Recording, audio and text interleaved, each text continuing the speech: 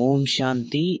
74வது நாள் இன்னைக்கு, 74th டே அவ்யக்தவாணி பட்டியில். டேட் 11/4/82. ஹெட்டிங்: வீணானதை தியாகம் செய்து சக்திசாலி ஆகுங்க. வீணானதை தியாகம் செய்து சக்திசாலி ஆகுங்க. ஒரு ஸ்கூலில் ஒரு டீச்சர் பாடம் எடுத்துகிட்டு இருந்தாங்க, சயின்ஸ் டீச்சர். ஸோ அவங்க என்ன சொன்னாங்கன்னா, பாரு, இந்த நியூட்டன் இருக்கார்ல, அவர் தான் இந்த கிராவிடேஷன் ஃபோர்ஸ் கண்டுபிடிச்சாரு. அவர் கார்டனில் உட்காந்துருக்கும்போது அந்த ஆப்பிள் மேலேருந்து கீழே விழுந்தது. அதை பார்த்துட்டு அதுக்கப்புறம் அதில் ரிசர்ச் பண்ணி டீப்பாக அதில் போய் இந்த மாதிரி கிராவிடேஷன் ஃபோர்ஸ்லாம் கண்டுபிடிச்சாரு. இப்போ நீங்களும் இதுலேருந்து இதெல்லாம் அவர்கிட்டேருந்து இந்த நல்ல விஷயங்கள்லாம் கற்றுக்கணும் அப்படின்னு. அப்போ ஒரு ஸ்டூடெண்ட் ஹேண்ட் ரைஸ் பண்ணுறாங்க. அவர் சொல்கிறாரு, ஆனால் டீச்சர், அவர் இதை கண்டுபிடிக்கும் போது அவர் எங்கே உட்காந்துருந்தாரு? அப்போ டீச்சர் சொல்கிறாங்க, அவர் ஒரு தோட்டத்தில் ஒரு மரத்துக்கு கீழே உட்காந்துருந்தாரு அப்படின்னு. ஆனால் நம்ம எங்கே உட்காந்துருக்கோம்? இந்த ஸ்கூல் ரூம்குள்ளார உட்காந்துருக்கோம். அவர் இந்த மாதிரி ஸ்கூல் ரூம்குள்ளார உட்காந்து இந்த விஷயங்கள் கண்டுபிடிக்கல. அவர் ஃப்ரீயாக இருந்தார். அவர் ஏதோ கூண்டில் அடைச்ச பறவை மாதிரி இல்லை. ஸோ அதனால் அவர் பிரெயினும் ஃப்ரீயாக இருந்தது. ஆனால் நீங்கள் இந்த 4 செவத்துக்குள்ளார உட்கார வச்சுட்டு எங்கள் பிரெயினை சாப்பிட்டுட்ருக்கீங்க. ஸோ அதனால் சிம்பிளாக ஜஸ்ட் ஏதோ ஒரு மெஷின் ரிப்பீட் பண்ணுற மாதிரி இதை நம்ம ரிப்பீட் பண்ணிகிட்டே இருக்கோம், ஞானத்தை ரிப்பீட் பண்ணிகிட்டே இருக்கோம்னா எந்த ஒரு மாற்றமும், எந்த ஒரு பரிவர்த்தன் வராது. இந்த ஞானத்தை நம்ம டீப்பாக புரிஞ்சுக்கணும். இதை ப்ராக்டிக்கலில் கொண்டு வரணும். இந்த ஞானத்தை நம்ம நடைமுறையில், ஆக்ஷனில், சேவையில், தாரணையில் தினமும் நம்ம லைஃப்பில் கொண்டு வரணும். இல்லாட்டினா அது எந்த ஞானமாக இருந்தாலும் அது புக்கில் மட்டும்தான் இருக்கும், இல்லை என்ன ஒரு மெஷின் மாதிரி இருப்போம், அவ்வளோதான். ஸோ அப்போ இதில் நம்ம என்ன புரிஞ்சுக்கணுன்னா, சும்மா முரளி படிக்கிறோம், அது வேறு விஷயம். பட் எது ரொம்ப இம்பார்ட்டண்ட்னா அதை நம்ம டீப்பாக புரிஞ்சுக்கணும், அதை நம்ம சிந்தனை பண்ணணும், அதை நம்ம வாழ்க்கையோட அங்கமாக மாற்றிக்கணும். இப்போ முரளியை எங்கே படிக்கணும்னா, இயற்கையில் உட்காந்து படிக்கும்போது இன்னும் நல்லா அதோட டீப்பாக புரிஞ்சுக்க முடியும். அதை நம்ம வாழ்க்கைங்கிற அந்த யுத்த மைதானத்தில் அப்ளை பண்ணணும். அதை வாழ்க்கைங்கிற அந்த ப்ளே கிரவுண்டில் அதை விளையாடணும். பிரச்சனைகள் வரும்போது அந்த முரளியை யூஸ் பண்ணி அதை விளையாடணும், அதை என்ஜாய் பண்ணணும். மேபி முரளி என்ன அதே முரளி தான் தோணலாம். ஆனால் இருந்தாலும் ஒவ்வொரு முரளிலையும் ஒவ்வொரு டேஸ்ட் தனி, அதோட அந்த டெக்ஸ்சர், அதோட அந்த அழகு தனி, அதோட கலர் தனி, அதோட அந்த சுவை, நறுமணம், அதோட அந்த மெலடி, அந்த இசை, அந்த டெக்கரேஷன், இதெல்லாமே வித்தியாசமானது. அதை நம்ம டீப்பாக அந்த ஆத்மாபிமானி சித்திலேருந்து படிக்கும்போது இதெல்லாம் நம்ம கேட்ச் பண்ண முடியும். ஸோ அதனால் இப்போ நம்ம இந்த அவ்யக்தவாணியில் பாபா தியாகத்தின் அடுத்த லெவலுக்கு கொண்டு போகிறார். இந்த தியாகத்துக்கே பாபா ஒரு 7 day கோர்ஸ் மாதிரி எடுக்கிறார். ஸோ போன கிளாஸில் என்ன பார்த்துருந்தோம், இந்த பற்று மற்றும் வெறுப்பு இதுலேருந்து எப்படி டிட்டாச்சாக இருக்கிறது, அதை எப்படி தியாகம் பண்ணுறது. இப்போ இன்றைக்கி பாபா இன்னொரு அடுத்த லெவல் தியாகத்துக்கு கொண்டு போகிறாரு. ஸோ நேத்திவில் இதில் பாபா எந்த தியாகத்தை பற்றி பேசியிருந்தாருன்னா, சம்பந்தங்கள் எப்படி தியாகம் இருக்கணும் அதை பற்றி பாபா பேசியிருந்தார். ஸோ இன்றைக்கி உள்ள அவ்யக்தவாணியில் பாபா கர்மா, நம்ம செய்கிற ஒரு வேலை, ஆக்ஷன், சேவை, அதுலேருந்தும் நம்ம எப்படி நம்மளை டிட்டாச்சாக வச்சுக்கிறது, அதில் வரக்கூடிய அப்ஸ் அண்ட் டவுன்ஸை எப்படி தியாகம் பண்ணணும், அதையும் பாபா இந்த இதில் சொல்லித்தரார். ஸோ இதில் பாபா நமக்கு இந்த தியாகத்தை பற்றி, கர்மத்தின் தியாகத்தை பற்றி சொல்லித்தராரு. அந்த உயர்ந்த விஷயம் இதெல்லாம் நம்ம தியாகம் பண்ணால் கீழான விஷயத்தை தியாகம் பண்ணணும். ப்ளஸ் அந்த உயர்ந்த விஷயத்தை எப்படி நம்ம எடுத்துக்கிறது. 7 type of actions, 7 type of karma பற்றி இங்கே பாபா பேசுகிறாரு. அதில் ஃபஸ்ட்டு ரொம்ப உயர்ந்த சிரேஷ்ட கர்மம். அது ரொம்பவே உயர்ந்த சிரேஷ்டமானது, மகான் கர்மங்கள். ரெண்டாவது பாசிட்டிவ் கர்மங்கள், அதில் பாசிட்டிவிட்டி இருக்குது. அடுத்து பார்த்திங்கன்னா கூக்கர்மா, அடுத்து பார்த்திங்கன்னா வீக்கர்மா, அப்புறம் வேஸ்ட்டு, அப்புறம் நெகட்டிவ், அப்புறம் சாதாரணம். இவ்வளோ விஷயங்கள் பற்றி பாபா சொல்கிறாரு. ஸோ அதனால் இங்கே பாபா எதை தியாகம் பண்ண சொல்கிறாங்கன்னா, இந்த மாதிரி விக்கர்மா, கெட்ட கர்மங்கள், இது எல்லாத்தையும் தான் நம்ம தியாகம் பண்ணணும். அங்கே மட்டும் நம்ம அதோட மட்டும் நம்ம நின்றுடக்கூடாது. அதுக்கடுத்து வேஸ்ட்டையும் நம்ம தியாகம் பண்ணணும், நெகட்டிவையும் தியாகம் பண்ணணும், அதுக்கும் ஒரு படி மேலே போய் சாதாரண கர்மங்கள், சாதாரண சங்கல்பம், எண்ணம், சொல், செயல் இதையும் வந்து நம்ம தியாகம் பண்ணணும். ஏன்னா இதுவும் வந்து நம்ம ஆன்மீக முன்னேற்றத்தில் ஒரு தடையாக இருக்குது. ஸோ அதனால் இந்த 5 விஷயங்களை நம்ம வந்து தியாகம் பண்ணணும். அப்போ விக்கர்மா மற்றும் குக்கர்மா இது ரெண்டுத்துக்கும் என்ன வித்தியாசம் அப்படின்னு பார்த்தீங்கன்னா, விக்கர்மம்னா ஆத்மா வந்து ஏதோ ஒரு விகாரத்துக்கு வசப்பட்டு செய்யக்கூடிய கர்மம்.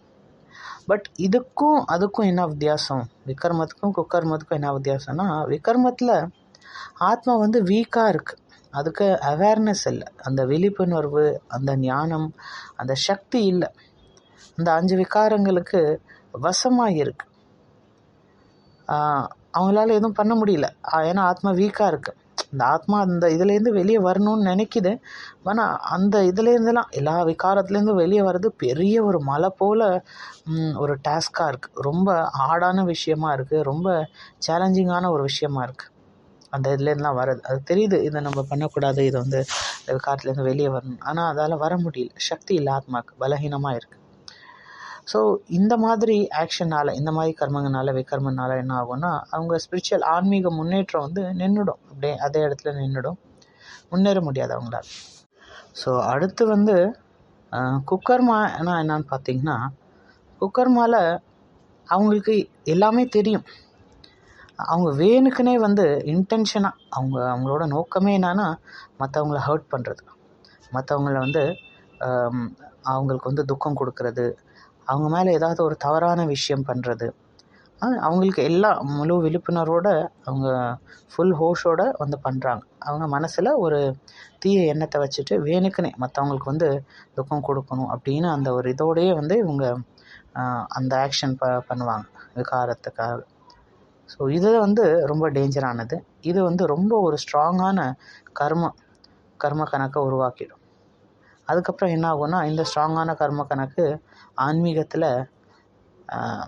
முன்னாடி ஓடாது, அது ஒரு விஷயம். பட் பின்னாடி தள்ளி விட்டுரும். இது வரைக்கும் என்னெல்லாம் முயற்சி செஞ்சீங்களோ அது எல்லாத்துலேருந்தும் உங்களை பின்னாடி தள்ளி விட்டுரும். ஒரு பர்சன் வந்து ஏதோ ஒன்று பேசுகிறாங்க, பொய் பேசுகிறாங்க, அவங்களுக்கு தெரியும் அவங்களோட நோக்கம் என்னன்னா அவங்க மற்றவங்கள ஹர்ட் பண்ணணும், மற்றவங்கள வந்து அப்யூஸ் பண்ணணும், அந்த மாதிரி அவங்க தெரிஞ்சே வேணுக்குன்னே மற்றவங்க ஹர்ட் பண்ணணும் தான் அந்த நோக்கத்தோடு தான் அவங்க பேசுகிறாங்க. ஸோ அதனால் பாபா வந்து இங்கே 2 கர்மத்தையும், குக்கர்மத்தையும் சரி விக்கர்மத்தையும் தியாகம் பண்ணுங்க அப்படின்னு சொல்கிறாரு. ஈவன் வேஸ்ட்டு கூட இருக்கக்கூடாது அப்படின்னு. ஸோ இதுக்கு வந்து பாபா நல்லா எக்ஸாம்பிள்ஸ்லாம் கொடுத்து நமக்கு எக்ஸ்பிளைன் பண்ணுறாரு. அதில் ஃபஸ்ட்டு எக்ஸாம்பிள் பாபா என்ன சொல்கிறேன்னா, நீங்கள் வந்து ஹீரோ ஆக்டர்ஸ். அப்போ ஒரு ஹீரோயின் இருக்காங்கன்னா அவங்களோட ஒவ்வொரு செகண்டும் வந்து வைரம் மாதிரி, அவங்களோட ஒவ்வொரு எண்ணம், சொல், செயல் எல்லாத்தையுமே உலகம் பார்த்துட்ருக்கு. ஸோ அதனால் எல்லாமே வந்து ரொம்ப உயர்ந்ததாக சிரேஷ்டமாக இருக்கணும். அதனால் இப்போ இந்த மாதிரி வேஸ்ட்டுக்கான கணக்கு முடிச்சிருங்க. வேஸ்ட்டு, நெகட்டிவ், ஈவன் சாதாரண இதத்தை சங்கல்பம் இதெல்லாம் கூட ஸ்டாப் பண்ணிடுங்க. இதெல்லாம் வந்து ஆன்மீக லைஃபுக்கு ஒரு தடையாக இருக்கும். ஸோ இதுக்கு வந்து பாபா ஒரு 4 எக்ஸாம்பிள் தராரு. அதில் ஃபஸ்ட்டு வந்துன்னா பாபா வந்து சொல்கிறாங்க, இந்த ராயல் ஃபேமிலியை பாருங்கள். ஈவன் உலகத்தில் உள்ள ராயல் ஃபேமிலி, லண்டனில் நிறைய ராயல் ஃபேமிலி இருக்காங்க. அவங்க கூட பார்த்திங்கன்னா அவங்க ஒருபோதும் சாதாரண அவங்களோட ஆக்ஷன்ஸு, அவங்க ட்ரெஸ்ஸிங்கு எதுவுமே சாதாரணமாக இருக்காது. அவங்களோட ஒவ்வொரு செயலும் வந்து ரொம்ப ராயலாக இருக்கும். ஸோ அந்த மாதிரி நீங்களும் ராயல் சோல்ஸ், அவங்களோட ஒவ்வொரு எண்ணம், சொல், செயல் வந்து அவ்வளோ ராயலாக இருக்கணும்.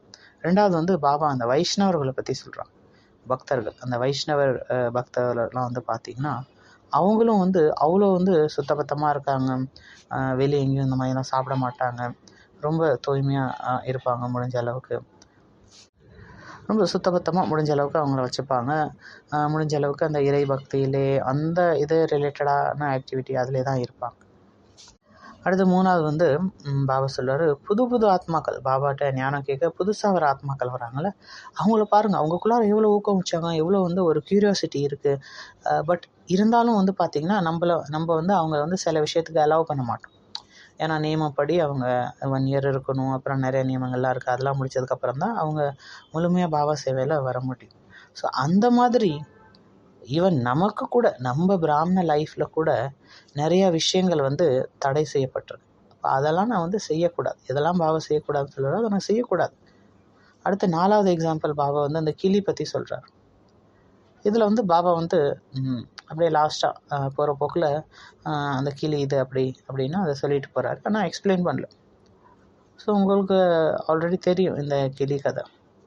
அதாவது ஒரு கிளிக்கு வந்து அந்த ஒரு ரிஷி வந்து சொல்லித்தராரு. ஏன்னா அவர் வந்து பார்க்குறாரு அந்த கூண்டில் வந்து மாட்டிகிட்டு பாவம் தவிக்குது அப்படின்னு. அதை வாங்கிட்டு வந்து அதுக்கு இந்த விஷயம் சொல்லி கொடுக்குறாரு. அதாவது வேடன் வருவோம், வலையை விருப்பான், ஆனால் நாங்கள் மாட்ட மாட்டோம் அப்படின்னு. இப்போ இதை வந்து அந்த கிளிக்கு அவர் வந்து நிறையா கிளியை வாங்கிட்டு வந்து இந்த மாதிரி சொல்லி பறக்க விட்டுறாங்க. அப்போ அவங்க வந்து ஃப்ரீயாக பறந்து காட்டில் போயிடுறாங்க. இப்போ ஒரு நாள் அந்த வேடன் வரான். அப்போ பார்க்குறான், இந்த கிளிகள்லாம் வந்து இவ்வளோ வெல் ட்ரெயின்டாக இருக்கே, இவ்வளோ நல்லா புத்திசாலியாக இருக்கே, சரி இருந்தாலும் ஒரு வலையை விரித்து பார்க்கலாம், கொஞ்ச நேரம் நம்ம ரெஸ்ட் எடுக்கலாம், ஏதாவது ஒரு முட்டாள் கிளினாச்சும் வந்து மாட்டாதா அப்படின்னு. அப்போ வந்து அவர் வலையை வச்சுட்டு தூங்கிடுறாரு. அதுக்கப்புறம் கொஞ்ச நேரம் கழிச்சு எந்திரிச்சு பார்க்குறாரு, எல்லா கிளியும் அதில் மாட்டிக்கிச்சு. மாட்டிக்கிட்டு மறுபடியும் என்ன கட்டுதுன்னா, வேடன் வருவான், வலையை விருப்பான், ஆனால் நாங்கள் மாட்ட மாட்டோம் அப்படின்னு. அப்போ அவர் நினைக்கிறாரு, இதுன்னா நான் நினச்சா எல்லாம் புத்திசாலி கிளின்னு, ஆனால் எல்லாமே முட்டாள் கிளியாக இருக்குது அப்படின்னு. ஸோ இதெல்லாம் பார்த்து அந்த வேடன் வந்து சிரிக்கிறான் இந்த கிளிகளோட முட்டாள்தனத்தை பார்த்து. ஸோ இதை தான் வந்து பாபா வந்து கிளி மாதிரி ரிப்பீட் பண்ணுறது அப்படின்னு சொல்கிறார். ஸோ அப்போ இந்த மாதிரி நம்ம ஞானத்தை படிச்சுட்டு இருந்தோம்னா எந்த பிரயோஜனமும் இருக்காது. ஸோ ஏன்னா இந்த ஆன்மீக மார்க்கத்தில் எந்த ஒரு மாற்றமும் கொண்டு வராது.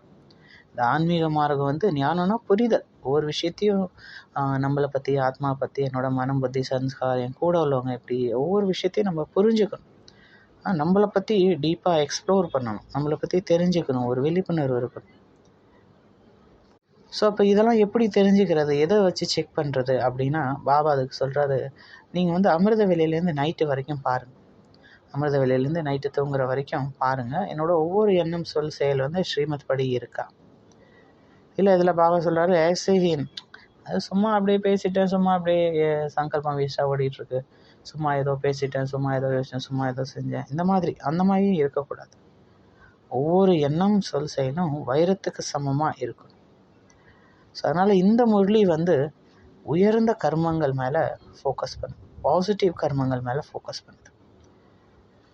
ஈவன் வேஸ்டான விஷயத்தையும் தியாகம் பண்ணிடணும். ஏன்னா நம்ம ஏதோ ஒரு விஷயத்த வேஸ்ட் பண்ணுறோம் அப்படின்னா அது கூட ஒரு கர்ம கணக்கை உருவாக்குது. அப்புறம் அது வந்து ஒரு சைக்கிள், அது வந்து ஒரு ஹேபிட்டாக, ஒரு பழக்க வழக்கமாக ஆகிடுது. அப்புறம் அதையே வந்து பண்ண ஆரம்பிக்கும். ஸோ அதனால் இங்கே பாபா சொல்கிறது வந்து அந்த ப்ரெசண்ட்டோட அவேர்னஸில் இருக்கணும். இது வந்து அதுக்காக அன்கான்ஷியஸ் ஆன்மீக லைஃப் கிடையாது. ஒவ்வொரு செகண்டும் ஆக்டிவாக இருக்கணும். நான் உண்மையிலே யார், அந்த ஆத்மாபிமானி சித்தி ஒவ்வொரு செகண்டும் ஆக்டிவாக, அலர்ட்டாக, அவேராக இருக்கணும். அந்த ஆத்ம உணர்வில் இருந்த ஒவ்வொரு கர்மம், எண்ணம், சொல், செயல் எல்லாமே நம்ம செய்யணும். ஓகே, ஸோ இதுதான் வந்து மெயினான முரளி. இப்போ இந்த முரளிலேருந்து நம்ம என்ன டாஸ்க் எடுக்கலாம்? ஸோ அதில் ஃபஸ்ட்டு டாஸ்க் வந்து பார்த்திங்கன்னா, ஸ்பாட் த வேஸ்ட் கேம். அதாவது வேஸ்ட் எதுன்னு கண்டுபிடிங்க. அந்த மாதிரி ஒரு விளையாட்டு. அது கண்டுபிடிக்கிறது மட்டும் இல்லாமல் அதை வந்து நம்ம பாசிட்டிவாக மாற்றணும். அதுக்கு சில எக்ஸாம்பிள் இங்கே தரோம். அதுலேருந்து எப்படி நம்ம வேஸ்ட்டை சங்கல்பம் பண்ணிக்கிட்டே இருக்கோம், அதை எப்படி பாசிட்டிவாக மாற்றுறது அப்படின்னு பார்த்துக்கலாம். இப்போ உதாரணத்துக்கு நீங்கள் யாருக்கோ டைம் கொடுத்துருக்கீங்க, இந்த டயத்தில் நம்ம வந்து மீட் பண்ணோம் அப்படின்னு. அது யாராக வேணாலும் இருக்கலாம். ஆனால் அவங்க வந்து அந்த டயத்தில் வரல, லேட் ஆக்கிட்டு இருக்காங்க. அப்போ நம்ம வேஸ்ட் சங்கல்பம் போட ஆரம்பித்தேன்.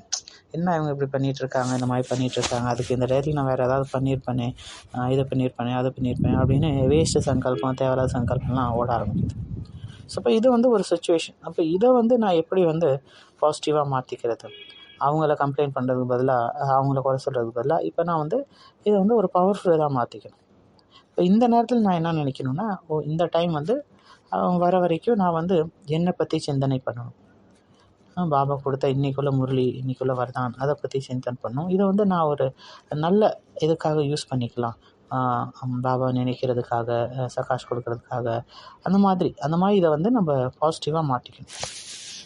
ஸோ அந்த மாதிரி நீங்கள் யாருக்காக வெயிட் பண்ணுறீங்க, அவங்களுக்கு டைம் கொடுத்துருக்கீங்க, அவங்க அந்த டைம் வரல, கொஞ்சம் லேட் ஆகுதுன்னா உடனே அப்படியே அவ்வளோ நெகட்டிவ் வேஸ்ட் தாட்டு இதெல்லாம் வர ஆரம்பிச்சிது. அதை வந்து இந்த மாதிரி நம்ம பாசிட்டிவாக மாற்றிக்கணும். இது ஒரு எக்ஸாம்பிள். ஓம் சாந்தி. ஸோ இது வந்து ஒரு சுச்சுவேஷன் பார்த்தோம். அடுத்த நிறைய சுச்சுவேஷன் வந்து உங்களுக்கு ஒரு எக்ஸாம்பிளாக சொல்கிறோம். அதில் நீங்கள் என்ன யோசிப்பீங்க, நீங்கள் என்ன யோசிக்கணும், அதை வந்து நீங்கள் ஃபிக்ஸ் பண்ணுங்கள். இப்போ உதாரணத்துக்கு இன்னொரு சுச்சுவேஷன் என்னென்னா, உங்களுக்கு வந்து நிறைய சேவை இருக்குது.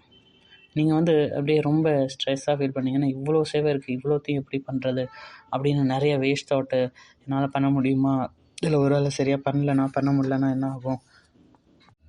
ஸோ இந்த மாதிரி நிறையா வந்து வேஸ்ட் தாட்ஸு, செல்ஃப் டவுட்டு, இந்த மாதிரிலாம் வருது. ஸோ இதை எப்படி ட்ரான்ஸ்ஃபார்ம் பண்ணுங்க. ஸோ அந்த மாதிரி நேரத்தில் ஒரு சங்கல்பம் கொண்டு வாங்க. நான் வந்து ஒரு யோகி ஆத்மா, எனக்கு அந்த தகுதி இருக்கனால தான் பாபா இந்த சேவை கொடுத்துருக்காரு. ஸோ அதனால் ஃபஸ்ட்டு ஒரு சேவையில் நம்ம ஃபோக்கஸ் பண்ணலாம். அதை முடித்ததுக்கப்புறம் அடுத்த இதுக்கு போகலாம். அப்போ அந்த மாதிரி பண்ணும்போது ஒரு அடி எடுத்து வைக்கும்போது பாபாவும் ஹெல்ப் பண்ணுறாரு அப்படின்னு அதை வந்து பாசிட்டிவாக நம்ம எடுத்துக்கலாம். ஸோ அடுத்த ஒரு சீன் என்னென்னா, இப்போ உங்களுக்கு வந்து நிறைய இம்பார்ட்டண்ட் சேவை பண்ண வேண்டியது இருக்குது. ஆனால் நீங்கள் என்ன பண்ணுறீங்க, சரி அப்புறம் பார்த்துக்கலாம், சோம்பல் அழைச்சி தன்மத்தினால அந்த மாதிரி நினைக்கிறீங்க, சரி அப்புறம் பார்த்துக்கலாம் அப்படின்னு சொல்லிட்டு வேறு டிஸ்ட்ராக்ஷனில் மீடியாவில் டைம் வேஸ்ட் பண்ணிகிட்ருக்கீங்க. ஸோ அந்த மாதிரி நேரத்தில் நீங்கள் என்ன பவர்ஃபுல் தாட்ஸ் வந்து க்ரியேட் பண்ணுவீங்க, அதை பற்றியும் நீங்கள் சிந்தனை பண்ணுங்கள். அடுத்த சுச்சுவேஷன் என்னென்னா, அப்போ வந்து ஒரு குரூப் ஆஃப் பீப்புள் வந்து உட்காந்து ஏதோ வெட்டி கதை ஏதாவது பேசிகிட்ருக்காங்க. அதில் வந்து நீங்கள் அங்கே இருக்கிறனால உங்களுக்கும் தோணுது நம்மளும் சேர்ந்து அவங்க கூட ஏதாவது பேசலாம் அப்படின்னு. அப்போ அந்த மாதிரி நேரத்தில் நீங்கள் என்ன தாட் க்ரியேட் பண்ணுவீங்க அந்த மாதிரி சுச்சுவேஷனில்? அடுத்து வந்து நீங்கள் ஏதோ ஒரு சேவை செஞ்சிட்ருக்கீங்க, இல்லை உங்கள் ஒர்க் பிளேஸ் ஏதோ ஒரு ஒர்க் பண்ணிகிட்ருக்கீங்க. திடீர்னு யாரோ ஒருத்தர் வந்து உங்கள் சீனியரோ யாரோ ஒருத்தர் வந்து உங்களை வந்து ஏதோ வந்து கிண்டல் மாதிரி அப்படியே ஒரு கமெண்ட் பாஸ் பண்ணிட்டு போகிறார். இதெல்லாம் என்ன சேவை பண்ணுறாரு, இது என்ன பண்ணியிருக்காரு இது வரைக்கும் அப்படின்னு அதை அவங்க சொல்லிட்டு போகிறாங்க. அதை கேட்டு நீங்கள் ரொம்ப மனசு உடைஞ்சு போயிட்டீங்க, ரொம்ப இரிட்டேட் ஆகிட்டீங்க, இல்லை கோவம் வருது. அந்த மாதிரி நேரத்தில் எப்படி வந்து அதை ட்ரான்ஸ்ஃபார்ம் பண்ணிப்பீங்க? ஸோ இப்போ இதெல்லாம் வந்து சில சுச்சுவேஷன்ஸ் கொடுத்துருக்கோம். நீங்கள் கூட உங்கள் லைஃப்பில் இந்த மாதிரி ஏதோ ஒரு நெகட்டிவ் சுச்சுவேஷன் எடுத்துகிட்டு அந்த நேரத்தில் நான் எப்படி பாசிட்டிவாக சங்கல்பம் வச்சுக்கிறது, சிரேஷ்ட சங்கல்பம் எப்படி வச்சுக்கிறது, அதை பற்றி நீங்கள் முன்னாடியே சிந்தனை பண்ணிக்கோங்க. ஏன்னா பாபா இந்த இதில் அதை தான் மறுபடியும் சொல்கிறாரு. நெகட்டிவ் தாட்ஸ் இருக்கக்கூடாது, விக்கர்மாக இருக்கக்கூடாது, ஈவன் சாதாரண கர்மங்கள் கூட இருக்கக்கூடாது. இது எல்லாத்தையும் வந்து தாண்டி நம்ம மேலே போகணும், சிரேஷ்ட கர்மம் இருக்கணும். நீங்கள் அதுக்கு வந்து சங்கல்பம் பண்ணுங்கள், அது உங்களை வந்து தேடி வரும். பைபிளில் கூட இருக்குல்ல, கேளுங்கள் தட்டப்படும், கேளுங்கள் கொடுக்கப்படும், தட்டுங்கள் திறக்கப்படும் அப்படின்னு. ஓகே, அடுத்து வந்து என்ன டாஸ்க்கு, செகண்ட் டாஸ்க் வந்து எலிவேட்டட் ஸ்பீச் சேலஞ்ச். அதாவது நம்ம ஒரு ஸ்பீச் ஒரு 30 செகண்டுக்கான, ரொம்ப சின்னதான், அரை நிமிஷம் கூட இல்லை, 30 செகண்டுக்கான ஒரு ஸ்பீச் ரெடி பண்ணணும். ரொம்ப உயர்ந்த ஸ்பீச்சாக இருக்கணும். அந்த ஸ்பீச் மூலயமா அதை யார் கேட்குறாங்களோ அது கேட்கும்போது அவங்களுக்கு அந்த ஒரு சக்தி, நீங்கள் என்ன டாபிக் எடுத்து பேசுகிறீங்களோ அந்த இதை வந்து அவங்க அனுபவம் பண்ணணும். அது வந்து எதாக வேணாலும் இருக்கலாம், ஜென்ரல் மெடிடேஷன் இருக்கலாம், இல்லை சௌமான் பற்றி நீங்கள் சொல்கிறதா இருக்கலாம், இல்லை மற்றவங்கள வந்து மோட்டிவேஷன் பண்ணுற மாதிரி இருக்கலாம், இல்லை அது ஒரு வரதானி ஸ்பீச்சாக இருக்கலாம். ஸோ மெயின் என்னென்னா, நீங்கள் அதை என்ன சொல்கிறீங்களோ அதுலேருந்து அந்த வைப்ரேஷனை அவங்க மற்றவங்க ஃபீல் பண்ணணும். ஸோ இந்த மொழியில் கூட பாபா தான் சொல்கிறார், பக்தியில் உங்களோட ஒவ்வொரு விஷயத்துக்கும் எவ்வளோ வந்து வேல்யூ இருக்குது. உங்கள் சங்கல்பமாகட்டும், உங்கள் வரதானத்துக்கு, உங்கள் நேரத்துக்கு. பக்தியில் கூட அவங்க என்ன ஃபீல் பண்ணுறாங்கன்னா, அவங்களுடைய அந்த பாகவத் கதை இதெல்லாம் கேட்குறது வந்து அது கேட்டு அவ்வளோ சந்தோஷப்படுறாங்க. அது கேட்குறதே பெரிய பாக்கியமாக நினைக்கிறாங்க. ப்ளஸ் நஜர் சே நிஹால்னு சொல்கிறாங்க, உங்கள் திருஷ்டிக்காக அவ்வளோ வந்து லைனில் நிற்கிறாங்க. ஸோ அந்த மாதிரி நீங்கள் சிரேஷ்ட ஆத்மாக்கள், ரொம்ப மகான் ஆத்மாக்கள். ஸோ அதனால் உங்களுடைய ஒவ்வொரு எண்ணம், சொல், செயல் எல்லாமே அந்த மாதிரி இருக்கணும்.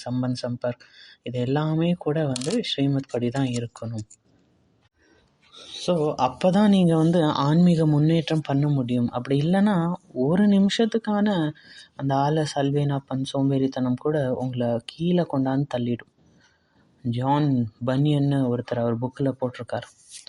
அதாவது சொர்க்கத்துக்கு போகிற வழியில் த பில்கிரிம் ப்ராக்ரஸ்னு ஒரு புக்கு, அதில் அவர் சொல்கிறார், நீங்கள் சொர்க்கத்துக்கு ரொம்ப பக்கத்தில் வந்துட்டீங்க, ஜஸ்ட் 2 அடி எடுத்து வச்சா சொர்க்கம். ஆனால் அந்த 2 அடிக்கு நடுப்புற ஒரு சின்னதாக ஒரு வழி போதான். நம்ம சொர்க்கத்துக்கு அவ்வளோ பக்கத்தில் வந்துட்டோம், ஜஸ்ட் 2 அடி எடுத்தா வச்சா சொர்க்கம். அங்கேருந்து சின்னதாக ஒரு ரூட்டு போகுது. நம்மளுக்கு ஒரு ஆர்வம் வருது, இந்த ரூட் எங்கே போகுது அப்படின்னு. அதை பிடிச்சிட்டே அப்படியே போகிறோம், பார்த்தா நரகத்தில் போய் வந்துட்டோம். அதனால் போட்டு கரைக்கு பக்கத்தில் வந்துட்டேன்னு நினைக்கிறோம். ஆனால் அப்போ கூட கேர்லெஸ்ஸாக இருந்தால் அந்த போட்டு முழுகிறதுக்கான சான்ஸ் இருக்குது. ஈவன் ஆன்மீகத்தில் கூட ரொம்ப உயர்ந்த நிலையை அடைஞ்ச ஆத்மாக்கள் கூட லாஸ்ட் நிமிஷத்தில் அவங்க கவனமாக இல்லைன்னா கீழே விழ சான்ஸ் இருக்குது. அதனால தான் பாபா சொல்கிறாரு, இந்த விக்ரமம், இந்த சூக்ஷ்மமான ராயல் விக்ரமம், இதை எல்லாத்தையும் இப்போ விட்டுருங்க அப்படின்னு. ஓம் சாந்தி. ஸோ லாஸ்ட்டாக யாத் பியார் சதா விக்ரமாஜித் அமூல்யமாக விலை மதிக்க முடியாதவங்களா ஆகி ஒவ்வொரு செகண்டையும் வேல்யூபிள் ஆகிறதுக்காக சேவை பண்ணக்கூடிய அந்த மாதிரி லகனில் இருக்கக்கூடிய டபுள் ஹீரோ ஆத்மாக்களுக்கு, டபுள் பலனை சாப்பிடக்கூடிய ஆத்மாக்களுக்கு, வீணானது மற்றும் சாதாரண தன்மையை சாதாரணத்தாவை மகா தியாகம் செய்யக்கூடிய மகா தியாகி ஆத்மாக்களுக்கு, சதா பாபாவுக்கு சமமாக சிரேஷ்ட சங்கல்பம் கர்மம் செய்யக்கூடிய மகா பாக்யவான் ஆத்மாக்களுக்கு பாப்தாதாவின் அன்பு நினைவுகள். நமஸ்காரம். ஓம் சாந்தி.